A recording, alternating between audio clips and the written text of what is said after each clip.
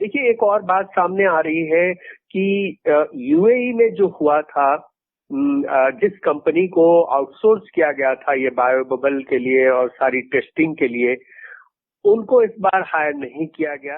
IPL में bio bubble के बावजूद खिलाड़ियों के कोरोना पॉजिटिव होने के बारे में ये कहना है संजीव कुमार का, जो नवभारत टाइम्स के स्पोर्ट्स एडिटर हैं।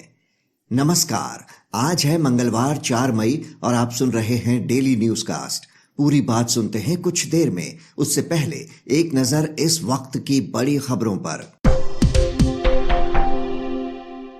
कोरोना के नए मामलों में लगातार तीसरे दिन गिरावट। पिछले 24 घंटों में करीब 3,55,000 नए मरीज सामने आए। 3400 से अधिक लोगों की मौत, 3,18,000 लोग रिकवर हुए। इस बीच तंजानियाई उच्चायोग के रक्षा सलाहकार का कोरोना से निधन। किसी विदेशी मिशन के कर्मचारी की मौत का पहला मामला। कोरोना के चलते आईपीएल रोकने के लिए दिल्ली हाई कोर्ट में याचिका। पिटिशनर ने कहा, पब्लिक हेल्थ क्रिकेट से ज्यादा जरूरी। याचिका में आईपीएल को पब्लिक हेल्थ से ज्यादा तवज्जो दिए जाने पर दिल्ली सरकार और डीडीसीए को नोटिस जारी करने की मांग। पश्चिम बंगाल में विधानसभा चुनाव का नतीजा आने के बाद शुरू हुआ सियासी हिंसा का सिलसिला। राज्य में बीजेपी कार्यकर्ताओं पर हमले, 9 की मौत। विपक्षी कार्यकर्ताओं को निशाना बनाए जाने पर केंद्रीय गृह मंत्रालय ने राज्य सरकार से मांगी रिपोर्ट। अमेरिकी अरबपति बिल गेट्स और उनकी पत्नी मेलिंडा ने तलाक लेने का फैसला किया। 27 साल तक चला दोनों का रिश्ता आपसी सहमति से खत्म। बिल गेट्स ने ट्विटर पर पत्नी के साथ जारी किया साझा बयान। कहा, आने वाले वक्त में एक साथ नहीं चल सकते। विधानसभा चुनाव वाले 5 राज्यों में इसी हफ्ते होगा सरकार का गठन। बंगाल में 5 मई को मुख्यमंत्री पद की शपथ लेंगी ममता बनर्जी। वहीं तमिलनाडु में 7 मई को सत्ता संभालेंगे स्टालिन। अन्य राज्यों में भी जल्द होगी विधायक दल की बैठक। अब खबरें काम की।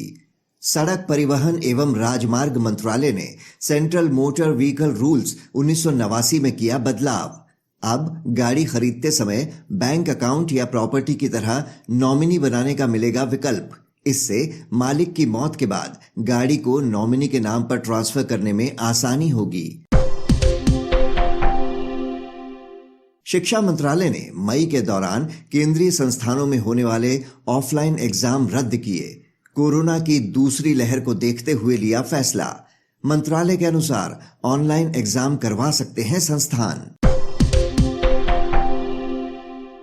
आज का सबसे बड़ा न्यूज पॉइंट है, बायो बबल में भी सुरक्षित क्यों नहीं आईपीएल के खिलाड़ी। पूरी तस्वीर समझने के लिए बात करते हैं नवभारत टाइम्स के स्पोर्ट्स एडिटर संजीव कुमार से। मजबूत बायो बबल में रहने के बावजूद आईपीएल के खिलाड़ी भी कोरोना के असर से नहीं बच पाए। कोलकाता नाइट राइडर्स के 2 खिलाड़ियों वरुण चक्रवर्ती और संदीप वॉरियर के संक्रमित पाए जाने के बाद केकेआर और आरसीबी का सोमवार को होने वाला मैच रद्द कर दिया गया। अब यह मैच बाद में कभी आयोजित किया जाएगा। संजीव जी, तेजी से बढ़ते मामलों को देखते हुए बीसीसीआई ने प्लेयर्स के लिए बायो बबल को और सख्त कर दिया था। उसके बावजूद प्लेयर्स कैसे इन्फेक्टेड हो गए? आधिकारिक तौर पर तो बीसीसीआई ने कुछ बताया नहीं है। आईपीएल के एक रिलीज में यही कहा गया है कि ये 2 खिलाड़ी पॉजिटिव पाए गए हैं और उन्होंने एक तरह से पुष्टि कर दी है। सुबह से ये कयास लगाए जा रहे थे और ऐसा कहा जा रहा था कि 2 या उससे अधिक खिलाड़ी है। पैट कमिंस का भी नाम आ रहा था, लेकिन पुष्टि ये की गई कि नहीं, ये 2 खिलाड़ी है और इनकी रिपोर्ट पॉजिटिव आई है। लेकिन उसमें ये नहीं बताया गया है कि कैसे ये पॉजिटिव हो गए। ऐसा कहा जा रहा है कि ये किसी टेस्ट के लिए, जो कि ये कोविड टेस्ट नहीं था, कोई और कुछ लेग मसल पुल होने का या कुछ और स्कैन या एक्सरे कराने के लिए किसी हॉस्पिटल में गए थे और वहां पर जब आए गए तो उस दौरान लगता है कि वो पॉजिटिव हो गए और यही वजह है कि इस मैच को रोकना पड़ा, क्योंकि जो रूल है ये कहता है कि जब खिलाड़ी पॉजिटिव आते हैं तो उनके जो संपर्क में जितने खिलाड़ी हैं उनका फिर से टेस्ट होगा, उनको आइसोलेशन में रखा जाएगा। तमाम तरह की पेचीदगियों के बाद ये निर्णय लिया गया। और बायो बबल का जहां तक सवाल है तो बायो बबल इंटरनली सारे खिलाड़ी किसी होटल में रहते हैं और वहां से वो बाहर नहीं निकलते हैं और वहां पे हर तीसरे दिन टेस्ट कराया जाता है, चाहे वो खिलाड़ी हो, चाहे वो बस का ड्राइवर हो, चाहे होटल के स्टाफ हो, चाहे वो ग्राउंड स्टाफ हो, कैमरे के पीछे के जो लोग हो, इन सब का टेस्ट कराया जाता है रेगुलर बेसिस पे। और अब कहा गया है कि कोलकाता नाइट राइडर्स के टीम के खिलाड़ियों का हर एक दिन टेस्ट किया जाएगा ताकि ये पता लगाया जा सका कि ऐसा नहीं कि कोई खिलाड़ी एक दिन बाद उसको सिम्टम आने लगे और हमें पता न लगे। तो इसी वजह से आज जो टेस्ट किया गया, कल भी किया जाएगा, परसों भी किया जाएगा, इस तरह से हर दिन टेस्ट करने की बात कही गई है। तो बायो बबल का तो ये ब्रीच हुआ है और बाकी जो प्लेयर है वो ट्रैवल जो करते हैं एक जगह से दूसरी जगह, और वहां पर भी ख्याल रखा जाता है कि हर डेस्टिनेशन पे वो गए। हालांकि अभी तक 2 ही डेस्टिनेशन चेंज हुए हैं, लेकिन वहां पहुंचने के बाद भी प्लेयर्स का सबका टेस्ट हुआ है। तो ये एक कहीं ना कहीं बाहर निकले थे, उस वजह से वो संक्रमण लेके लौटे। और अभी यही अच्छी बात है कि इन्हीं दोनों खिलाड़ियों का टेस्ट जो है पॉजिटिव आया है और बाकी सारे खिलाड़ियों का टेस्ट पॉजिटिव नहीं आया है। केकेआर का पिछला मुकाबला 29 अप्रैल को दिल्ली कैपिटल्स के खिलाफ हुआ था अहमदाबाद में। वहां के खेमे में भी सुनते हैं कि चिंताएं बढ़ गई हैं। क्या दिल्ली कैपिटल्स के खिलाड़ियों का भी अब टेस्ट कराया जाएगा? बिल्कुल, सबका टेस्ट हो चुका है और जो एक प्रोटोकॉल है उसके हिसाब से सबका टेस्ट होना है। और जब ये मामला आया है तो सारे खिलाड़ियों का टेस्ट हुआ है और जिन जिन लोगों से संपर्क में आए हैं उन सब का टेस्ट किया गया है। 48 आवर्स तक आगे भी देखा जाएगा, सबको ऑब्जर्व किया जाएगा और ये सारे प्रिकॉशंस लिए जा रहे हैं। देखिए, एक और बात सामने आ रही है कि यूएई में जो हुआ था, जिस कंपनी को आउटसोर्स किया गया था ये बायो बबल के लिए और सारी टेस्टिंग के लिए, उनको इस बार हायर नहीं किया गया। कोई स्थानीय कंपनी है, उनको हायर किया गया है और उन पर सवाल भी उठ रहे हैं कि क्या वो सही तरीके से हो रहा है, क्या कहीं कोई कमी रह गई। ये भी कहा जा रहा है कि जो प्लेयर है वो हॉस्पिटल तो जरूर गए थे, लेकिन उनके लिए कोई ग्रीन कॉरिडोर बनाया गया था। तो ये भी सवाल हो रहा है कि आखिर कैसे ग्रीन कॉरिडोर बना, क्या किया गया उस दौरान। ये सब बातें अभी सामने नहीं आई है। सूत्रों के हवाले से ये बातें पता लग रही है। कहीं न कहीं फिर भी कमियां तो रह गई, क्योंकि सिर्फ यही मामला नहीं है। अगर ये मामला है कि वो बाहर गए थे, तो ये भी मामला सामने आ रहा है कि दिल्ली में जो ग्राउंड स्टाफ है वो भी कुछ पॉजिटिव पाए गए हैं। तो ब्रीच तो कहीं न कहीं ये हुआ है, इसी वजह से ये मामले सामने आए हैं।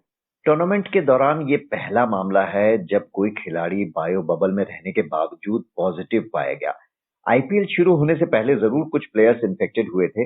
अब आगे के बाकी के मैच प्रभावित ना हो, टूर्नामेंट जारी रहे, इसे बीसीसीआई कैसे इंश्योर करेगा?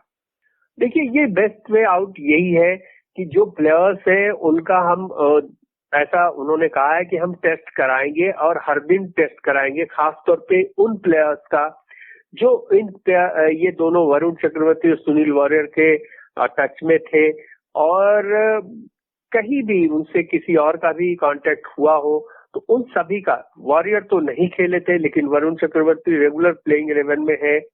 वो अपनी टीम के नहीं बल्कि सामने वाली टीम के भी खिलाड़ियों के संपर्क में आए हैं और सबका टेस्ट करवाना और ये सुनिश्चित करना कि जो खिलाड़ी जरा सा भी किसी को भी सिम्टम हो उसको आइसोलेट किया जाए। समस्या तो बहुत गंभीर है, क्योंकि रीशेड्यूल करने की बात कही जा रही है, लेकिन बैक टू बैक अगर देखें तो कोई भी दिन खाली नहीं है। अभी से अगर जो नॉकआउट मुकाबले हैं वहां तक अगर हम देखें तो हर दिन मैच है और कई दिन ऐसा है कि दो मैच है। तो यही सवाल उठता है कि इस मैच को अगर वो नहीं हो पा रहा है फिर कहाँ शिफ्ट करेंगे, कब कराएंगे, और उन टीमों का उस समय सारे खिलाड़ी फिट रहते हैं नहीं रहते हैं, ये सब कैसे होगा? क्योंकि अब जो शेड्यूल है उसके हिसाब से अब जो गैप हो रहा है वो सिर्फ 24 मई को हो रहा है, क्योंकि उसके बाद प्लेऑफ के मुकाबले खेले जाएंगे। 24 मई के पहले कोई जगह, कोई स्लॉट नहीं है।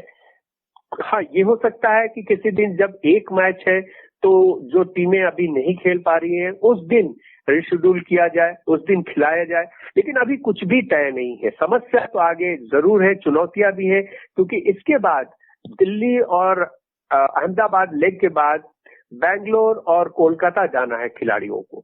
ये सबको पता है कि ये वेन्यूज कम किए गए थे, लेकिन फिर भी 6 वेन्यूज पर मैच करवाए जा रहे हैं।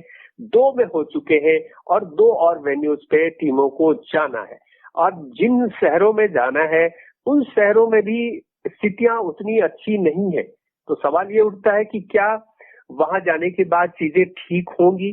तो ये चैलेंजेस बहुत है। सवाल भी उठने लगे हैं कि क्या इन हालात में आगे करवाया जा सकता है? क्या खिलाड़ी इस मानसिक स्थिति में है कि वो आसपास इतने सारे केसेस शहर में आ रहे हैं और उनकी टीम और सामने वाली टीम में भी आ रहे हैं, तो क्या वो खेलने की स्थिति में होंगे? तो चुनौतियां बहुत है। देखना है कि बीसीसीआई इनका जवाब कब ढूंढता है और कब सबको बताता है कि हम कैसे आगे बढ़ेंगे। जी, कम से कम बायो बबल की सुरक्षा को लेकर तो उसे कुछ करना ही होगा, क्योंकि पहले भी हमने देखा कुछ विदेशी खिलाड़ी आईपीएल बीच में छोड़कर चले गए, जिनमें से कुछ ने बायो बबल की सख्ती से थकान और इसके असुरक्षा का हवाला दिया था। तो ये सुरक्षा का सवाल जो उठाया है कुछ खिलाड़ियों ने, ये क्यों सुरक्षित नहीं है? इसे इंश्योर किया गया है क्या बीसीसीआई की तरफ से? देखिए, एडम जाम्पा ने ये सवाल उठाया था, वो ऑस्ट्रेलिया वापस लौट गए, लेकिन वहां लौटने के बाद फिर उन्होंने गोलमोल बातें की। उनका कहना था कि मेरे कहने का मतलब ये नहीं था। उन्होंने ये कहा था कि यहाँ से ज्यादा सुरक्षित बायो बबल यूएई में था, और वही मैंने जैसा कहा कि वहाँ एक स्पेशलाइज्ड कंपनी को दिया गया था जो इस काम के लिए उनके पास विशेषज्ञ हैं, और उन्होंने ये पूरा बायो बबल तैयार किया था। हालांकि उस कंपनी को इस बार हायर नहीं किया गया और किसी स्थानीय कंपनी को ये जिम्मा दिया गया। तो कहीं ना कहीं उनको कुछ दिखा होगा। उनका यही कहना था कि थोड़ा असुरक्षित है। अब असुरक्षित का अब जो सवाल है तो उसमें यही हो सकता है कि बायो बबल में जो खिलाड़ी है, चाहे खिलाड़ी हो, सपोर्ट स्टाफ हो, होटल स्टाफ हो, जिस बस में वो जा रहे हैं बस के स्टाफ हो, ग्राउंड स्टाफ हो, सभी को कहीं कोई नहीं जाता, बायो बबल में ही रहता, सबके टेस्ट होते हैं और उस बायो बबल में कोई बाहरी व्यक्ति भी नहीं आता है। एक और मैं बात कहना चाहूंगा कि कई स्टेडियम्स में अभी देखने में आया है कि जो प्लेयर्स हैं और उनके परिवार के सदस्य हैं या फिर फ्रेंचाइजी हैं, उनसे जो जुड़े हुए लोग हैं, उनके परिवार के सदस्य हैं, उनके गेस्ट हैं, 400-500 की तादाद में स्टेडियम में दर्शक नहीं रहते, उनको भी वहां आने दिया जाता है। तो अब मीडिया को कवरेज अलाउ नहीं है, क्योंकि मीडिया इस माहौल में कोई किसी को एक्रेडिटेशन नहीं दिया गया है। सब रिमोट मैच कवर कर रहे हैं, प्रेस कॉन्फ्रेंस भी जूम पे करा रहे हैं।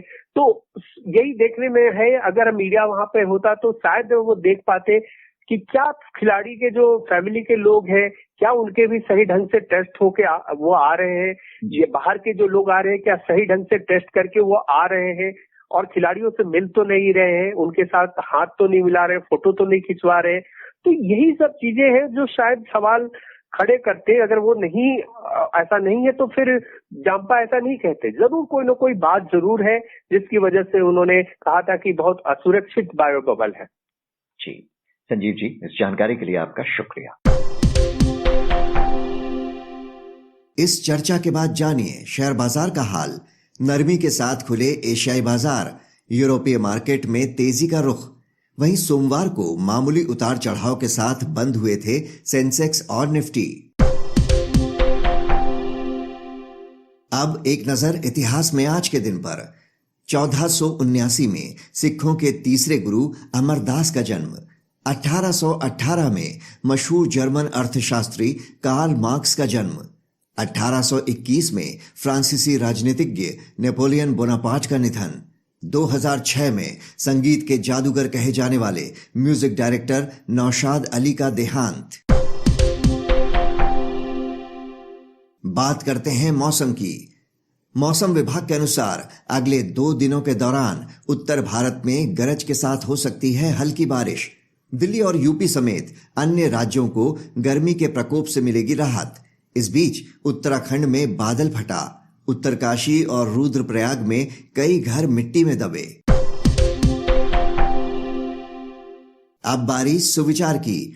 फ्रांसीसी राजनीतिज्ञ नेपोलियन बोनापार्ट ने कहा था, जब आप पंख खोलेंगे तभी आपको पता चलेगा कि आप कितनी ऊंचाई तक उड़ सकते हैं।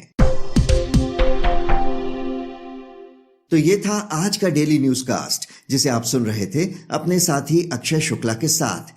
बने रहिए नवभारत गोल्ड पर। धन्यवाद।